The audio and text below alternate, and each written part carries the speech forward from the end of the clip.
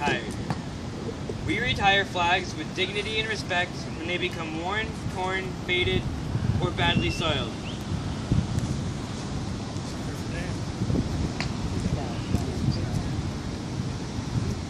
During the discovery and settlement of what is now the United States, the flags of various European nations were flown over the land as symbols of possession.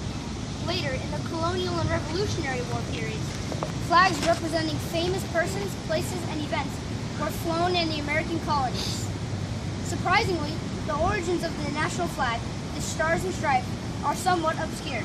Americans at one time warmed to the popular story about the young seamstress Betsy Ross, who supposedly sewed the first flag for George Washington.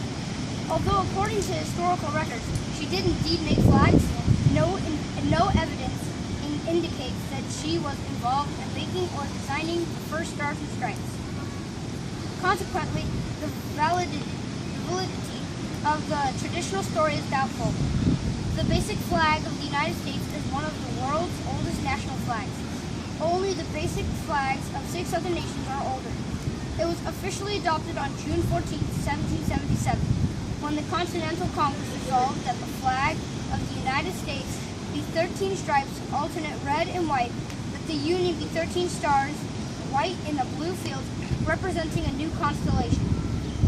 The 13 white stars in a field of blue represented the 13 colonies that had declared their independence in 1776. Stars were uncommon in flags in that era, although the American example has made them popular. The colors red, white, and blue were clearly derived from British sources, as many English flags had red and white stripes.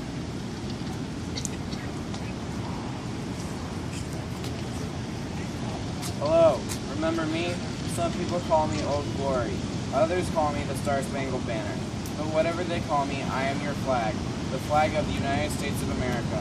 Something has been bothering me, so I thought I might talk it over with you, because it's about you and me. I remember some time ago, people lined up on both sides of the street to watch a parade, and naturally I was leading every parade, proudly waving in the breeze. When your daddy saw me coming, he immediately removed his hat and placed it against his left shoulder so that his hand was directly over his heart. Remember?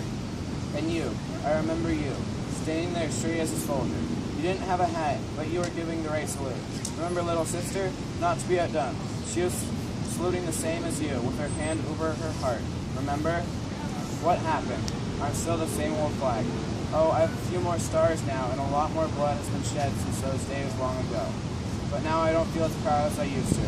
When I come down the street, you just stand there with your hands in your pockets, and I might get a small glance, but then you look away. Then I see children, running around and shouting. They don't seem to know who I am. I saw one man take off his hat, then he looked around and saw no one else with their hat off, so he quickly put his hat back on. Is it a sin to be patriotic now? Have you forgotten what I stand for and where I've been? Enzio, Normandy, Guadalcanal, Iwo Jima, Korea, Vietnam, Iraq, and Afghanistan? Take a look at Memorial Honor Roll sometime. Note the names of those who never came back. They died to keep this republic free. One nation under God. When you salute me, you are actually saluting them.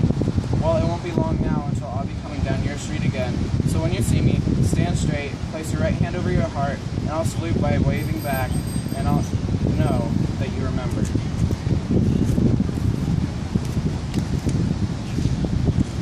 Out of respect, we ask that you retire to your campsite in silence at the end of the ceremony.